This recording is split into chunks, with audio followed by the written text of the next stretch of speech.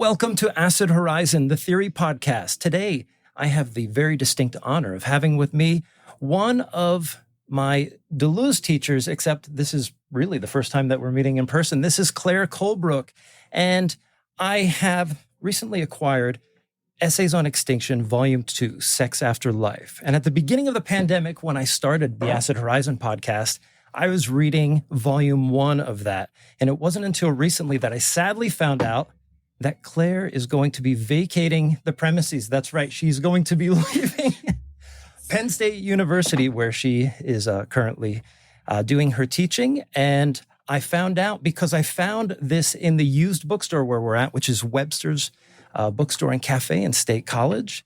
And upon finding out that she would no longer be in my surroundings, I reacted to the crisis by calling her immediately. And we are now having a two-person consortium on Becoming Woman. And Claire, I just want to say thank you for coming to the show. I know you're a supporter of the show, and it's very good to have you in our studio today. It's a great honor. Thank you. And so let's just get right to what we're talking about here today. We're talking about the concept in Deleuze and Guattari on becoming woman. And this is a concept that's used, of course, in gender and sex studies. It's used just broadly in the sphere of Deleuzean studies. And the whole concept of becomings or minor becomings can be something that is maybe so foreign to the new student of Deleuze and Guattari that I thought it would be good just to start from the very beginning. Like, what is a minor becoming? What does it mean to be becoming woman? Why is this the central or most important becoming for Deleuze and Guattari? And then I want to address another claim that you make in Sex After Life, which is within the sphere of feminism, post-humanism, queer studies, that there has been a sort of moralized image of becoming woman that has become almost doctrinaire in a way and has ensconced itself in academia. And so hopefully we can unpack that a little bit. But let's talk about becoming woman, the basics. Gee, thanks. So maybe start with a little bit of biography, which relates to Deleuze in the Anglophone world.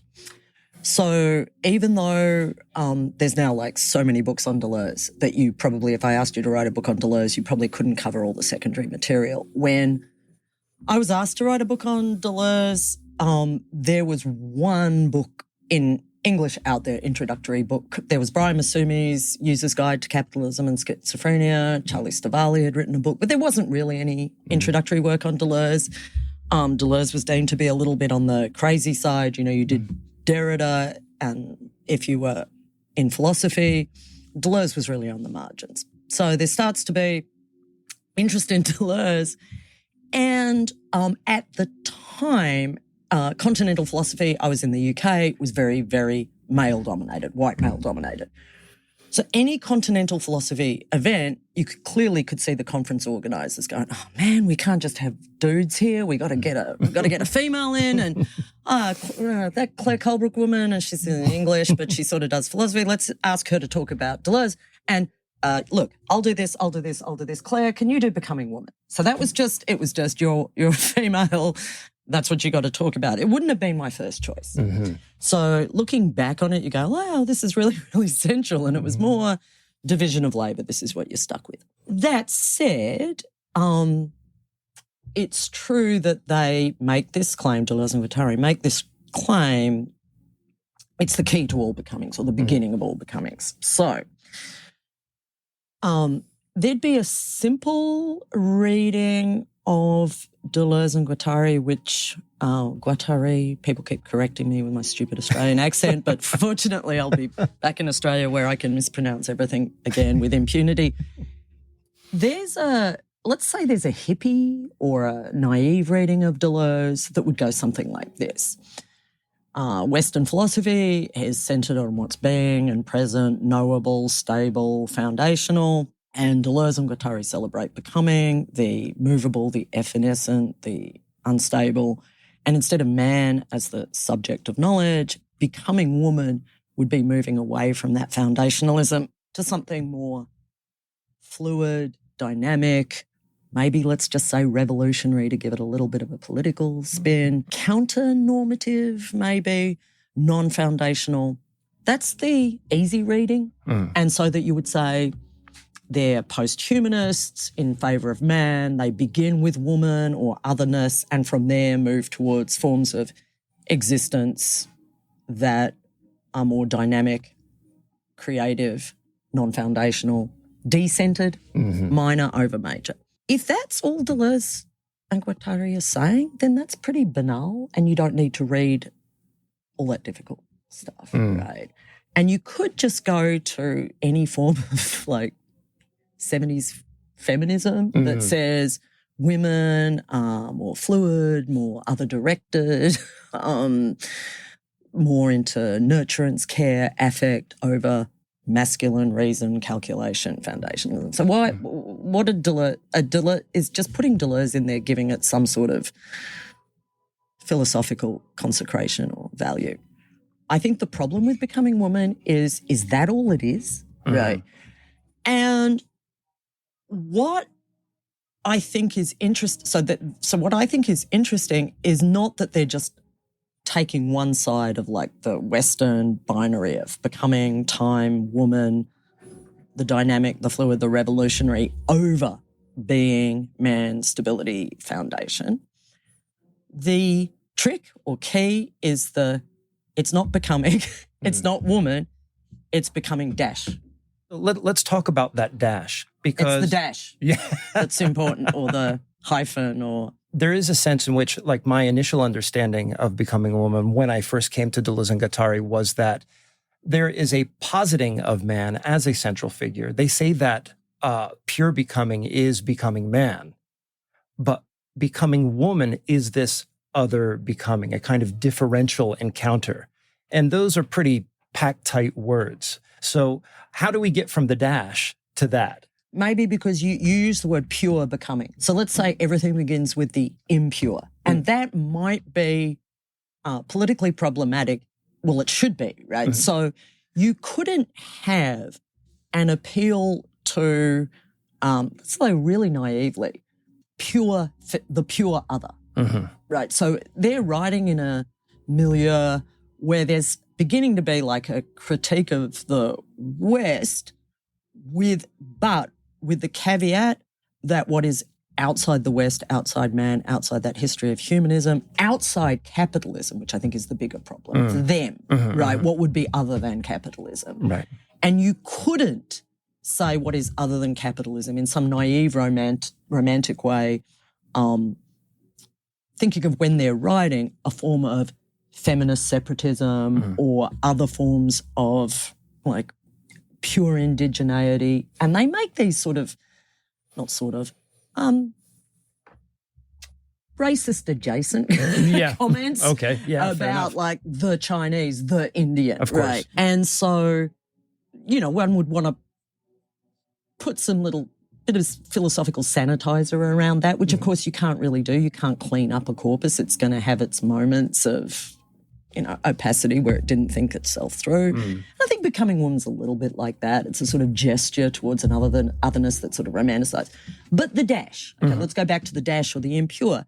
It's not that feminism or woman offers some redemptive outside. Right. And I think the big takeaway from that, their whole movement, like it or not, right, is there is no pure outside, right? So that the forms of sort of popular Deleuze, that there could be a move that would get us to escape capitalism or escape Western foundationalism or Western metaphysics. They don't use that word, and I think for good reason. They don't see it as...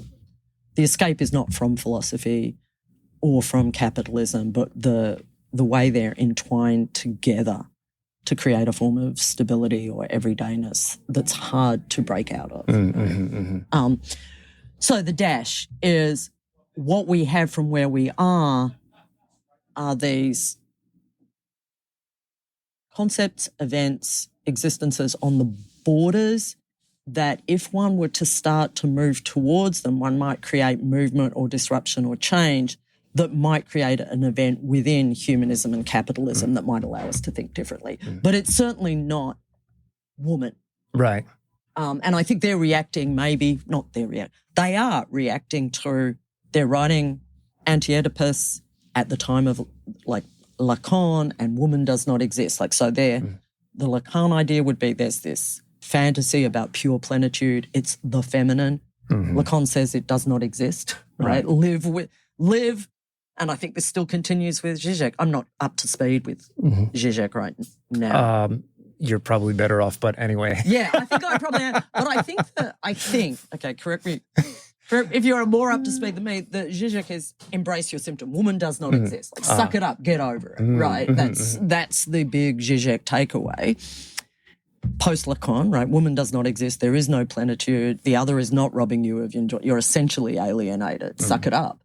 And I think it's that Lacan milieu that, at least in Anti-Oedipus, no, there is some form of otherness outside capitalism. Humanism, you never grasp it in its pure form. Right. You move towards it with the hope of undoing or creating an event within capitalism, humanism, Western philosophy. Even though this was germane to my original understanding of Becoming Woman, I think it's something that has continued on in my mature view on it, which is the sort of doctrinaire or dogmatic view of woman that you're confronting and that has been misconstrued in terms of people working on Deleuze and Guattari is a sort of oppositional form of feminism, right? Correct. Right.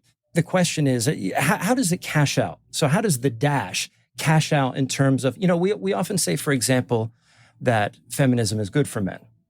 Yeah. Right? It's good for everyone. It's good for everyone, right?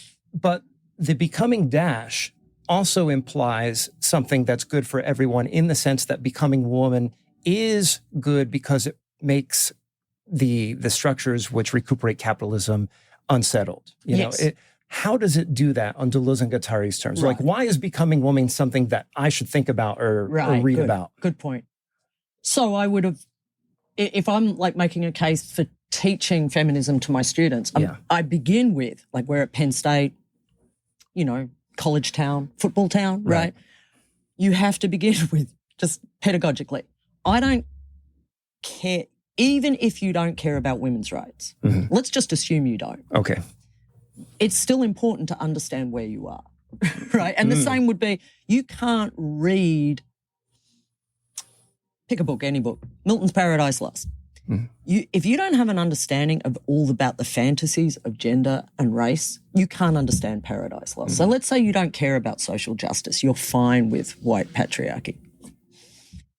Even if you want to be a good reader of a text, you have to understand the fantasies that surround sex, race, sexual difference. Okay. So feminism is good for everyone is not, there's different forms of it. One is if we have a female president, then we'll all be a little more caring and there'll be more, we don't care about it. That's not the point. Feminism is good for everyone is like, think about your attachments and the attachments to woman, right? For example. And that's why I think it's important that it's becoming woman. See if this isn't too much of a tangent. Why are people so upset about trans women? Like, why? Right? Now, easy answer is no one really cares. It's just a political issue that they're using as a football. Like, let's just attack trans women and use that to deflect attention. And it's a wedge issue. Right.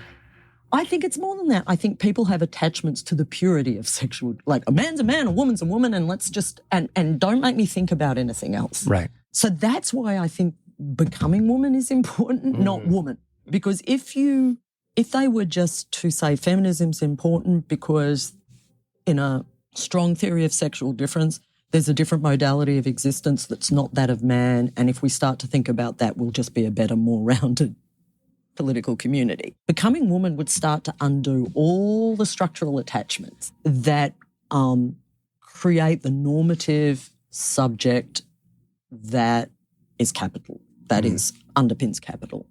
So I think becoming woman is not just undoing man, but undoing man-woman as some sort of structural binary. So celebrating woman is definitely not what becoming woman's about. It's undoing, I think it's undoing that strong male, female, borders of the subject, gender identity issues.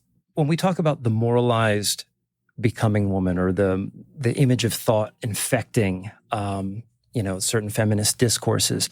Correct me if I'm wrong here. Is it because there are certain strands of feminism that have a kind of triumphalism to them, a sort of Herculean character where we're inverting the binary and we're flipping normativity? Yes. And what Becoming Woman, the way that it should be read, is nothing like that at all. In fact, even the fantasy of a kind of finality undercuts what Becoming Woman really does. It's these series of incursions that happen slowly, imperceptibly, over time. I don't know. Can you speak to any of that? Yeah. So the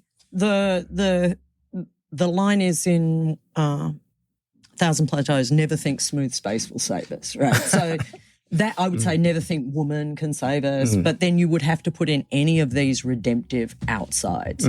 So let's say you have two gestures towards escaping where we are. So the assumption of the milieu of philosophy we're looking at, Derrida, to a certain extent, Lacan, Deleuze, Foucault, right? Like we're interested in continental philosophy because continental philosophy is saying we're stuck in a certain archive and there must be a way to think differently. But you can't just say, okay, I've stopped reading and I'm now going to think from ground zero. That's that analytic philosophy. Well, it was when I was in an analytic philosophy department. It's you maybe you read a bit, but really you should be thinking ex nihilo, right? And there's two maybe responses to being stuck in the archive, like where, I mean, I know you've got this bit on Hegel coming up, right? It's like, we'll get to the end of history and then we can stop reading everything and finally arrive at this moment of pure thought, but you had to have read all of philosophy to get there, right? So how do you get outside? And one of the ideas, let's say you take the Derridean idea, is you can't, right? All you can do is keep disrupting from where you are, like keep making incursions and trying to think otherwise than the norms of the present. And that would give you a sort of, I think, liberal idea of, well, we're always going to be compromised, but we can use like, what if there were something like woman that would be different from, better from, more just than the concept of man and the human.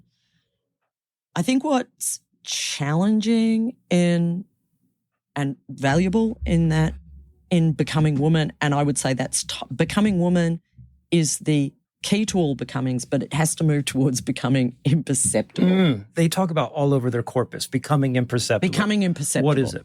So let's say you could take an extreme reading of it, which is I could finally escape all my attachments and think, sort of like the Spinozist dimension of their thought, what if I could think as if from nowhere, right? Like I'm no longer attached to all the Irigaray that I've read and I'm no longer attached to feminism. Like I would begin with feminism as a social political movement.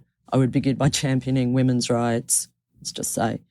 But eventually that would disturb where we are to the point where then I would see, and this is what's happened historically, isn't it? Like there's a lot of, I think shares in feminism are pretty low right now, right? Because it's deemed to be, at least there's like been a couple of books on white feminism, and I think post 2016, how a certain form of white feminism, the white fragility phenomenon, that feminism was just a way of giving, like, oh, if we elect Hillary Clinton, we'll have this new, more just, and then like that was a complete alibi for just keeping things going, right? So that you were just keeping neoliberalism going.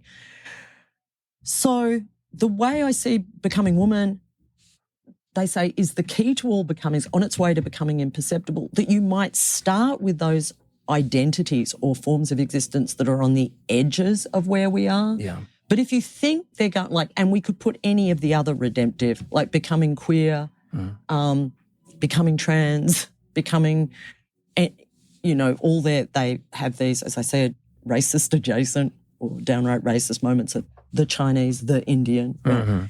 The idea would not to be to latch upon those identities as somehow outside, but move beyond the outside, beyond any form of self-identification, self-annihilation. Isn't this podcast very attached to Bataille?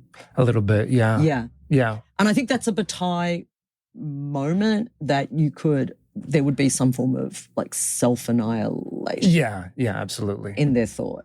But I think where you were going with the question is you never arrive at that. I don't think in their corpus you arrive at, okay, we have become imperceptible.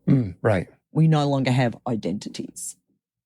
So it is an anti-identity politics. Yeah, no, absolutely. Well, one of the things in our book that we talk about, I know you had gotten anti-Oculus, but I think about Deleuze's meditation on his wife, Fanny, who suffered from anorexia.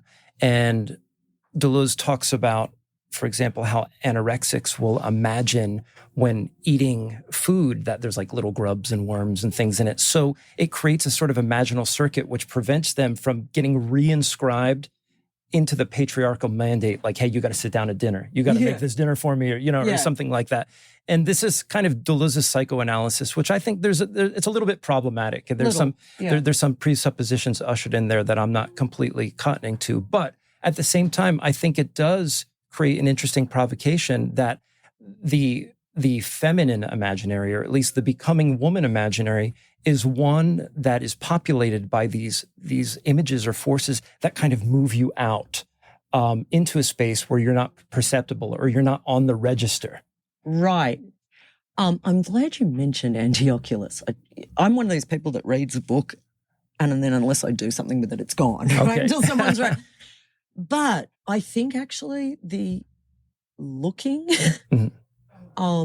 imperceptible is to not be perceived, right? So if you understand where they're writing in their milieu, I think the background text of Becoming Imperceptible starts being in nothingness, right? Where you're either a subject who is looking or you're an object which is looked at, which is the Hegelian dialectic, right? A very, and that man is the subject of looking. It's the view that has no, that's why, they say there's no becoming man, right? Because man is that point from which everything else is viewed, mastered, represented, known. And when you look at Anti-Oedipus, their tracing of the history of the subject begins with looking. One sees another body scarred, tattooed, punished, and that's Foucault. To look at another body being punished is to suddenly become in the position of the law. That comes from Nietzsche as well, festive cruelty, right? But the beginning of the modern subject is to watch another body being punished, tortured, pain inflicted, and to then take on the looking position of the law. So becoming imperceptible would be at once becoming woman is to be looked at, right? And going back to the anorexic, it would be, I was going to say some of my best friends are anorexic. My closest friend is currently in Australia, in the healthcare system. And they make sure that when you sit down, you're being looked, when you eat, you must sit down and be looked at. Wow.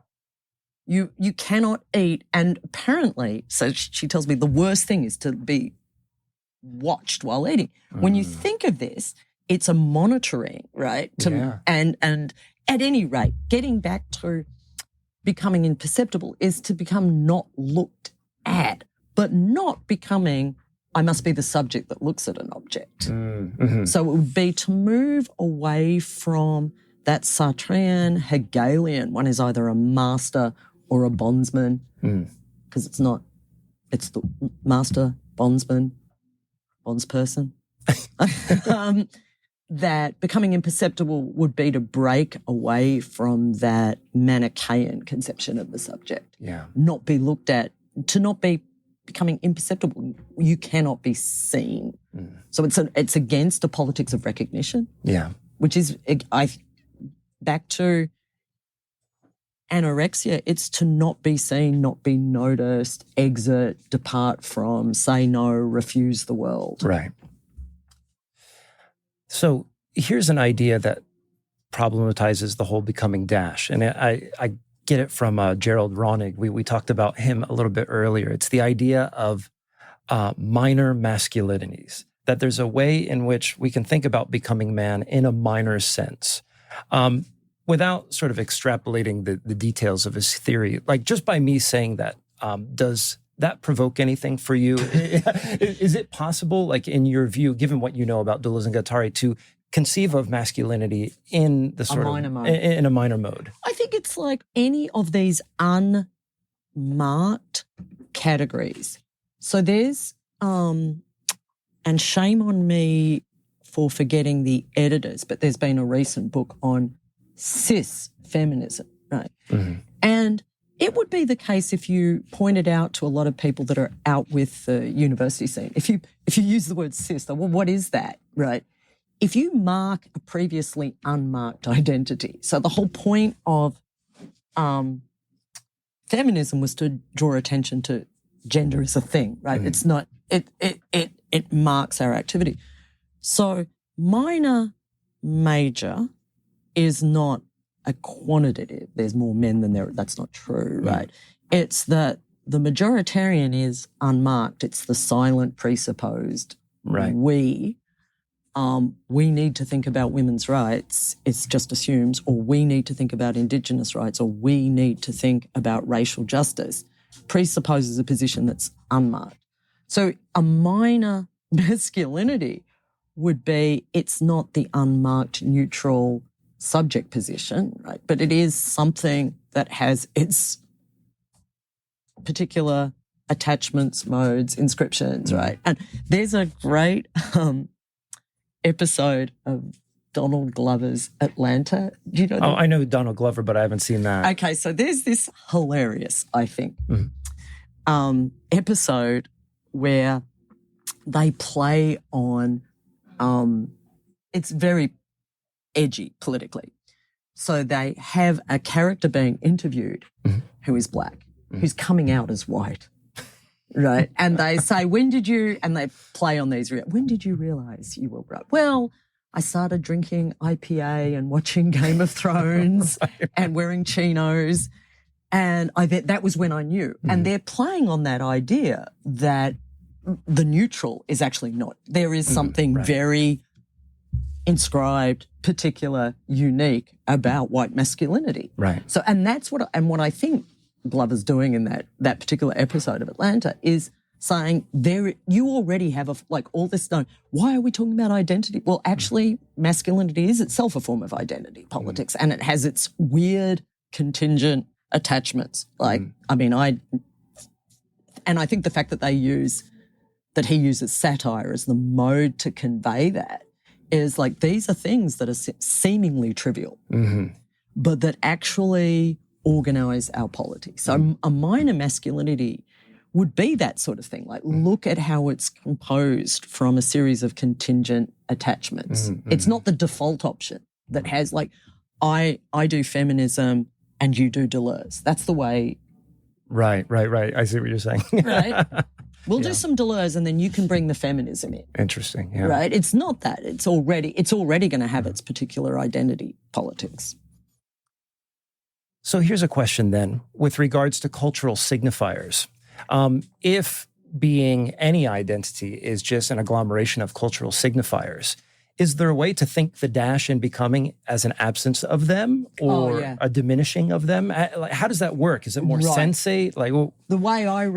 The way I read that, I think that's the most important thing in Deleuze. And I think it's attached to a form of Spinozist, Nietzschean, non-Hegelian. I think in many ways they are Hegelian, right? But the one thing that's not is to detach yourself from your attachments, like to imagine that, and it's purely philosophic. That's what the value of philosophy is, and this is the bit of theirs that's not liberal. Like, you can have your attachments, I can have my attachments, and we'll have a conversation in which we imagine that deep down we're all the same, right? That we have the idea would be, what might it be to look at the world, to look at the history of philosophy, to look at any political issue, maybe this is the right metaphor, as if you had no skin in the game. Now, you can't get to that, so that's why they say never imagine smooth space will save us. But becoming imperceptible,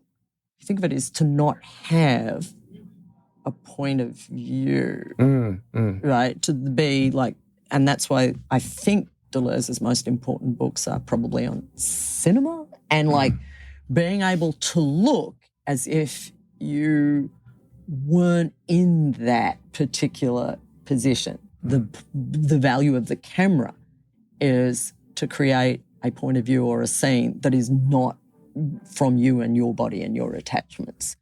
So there would be a politics that like really is an anti-identity politics.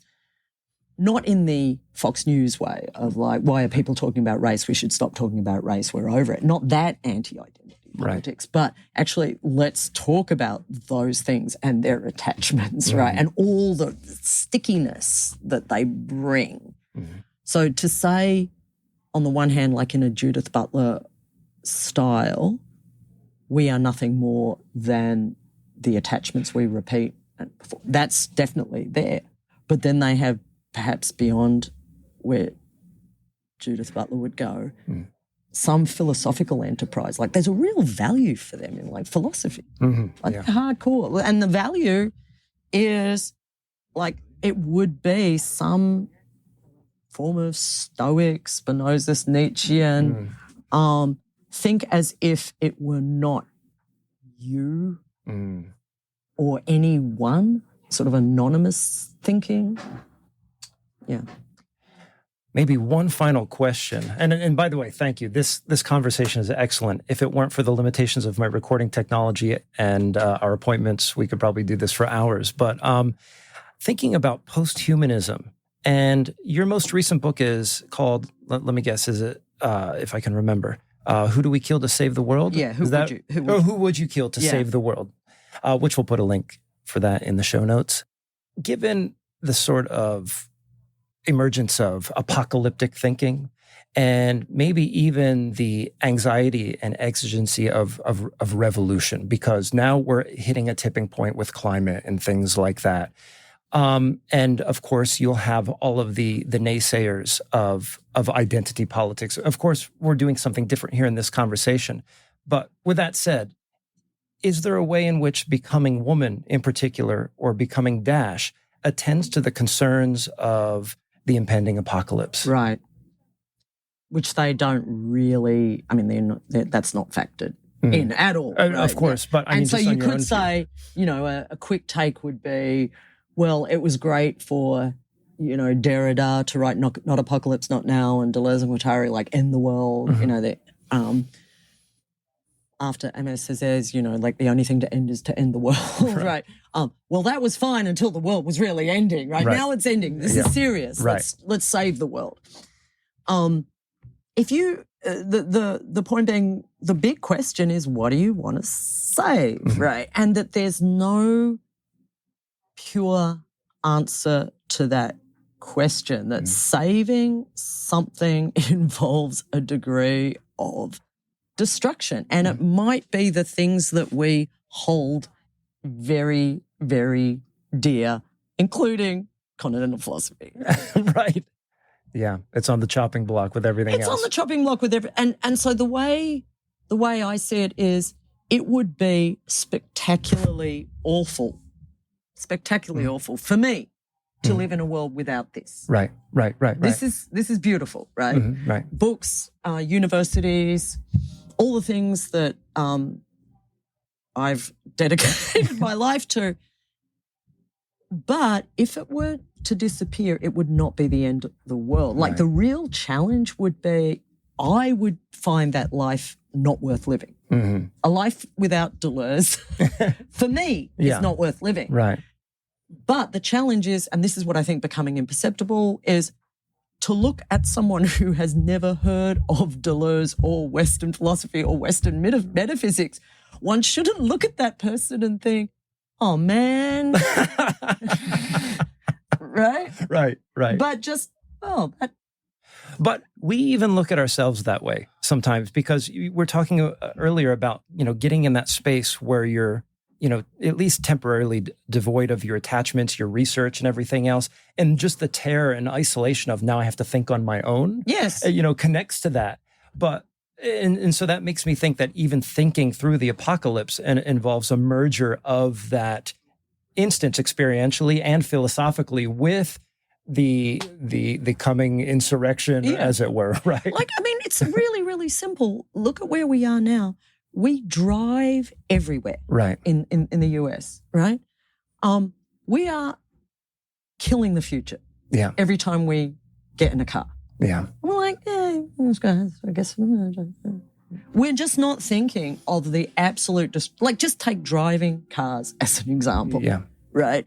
And we're like, well, it's a price to pay. That's insane. Mm-hmm. And yet I'm not doing this from a position of piety. I'm like, we all do it. Right. All the time.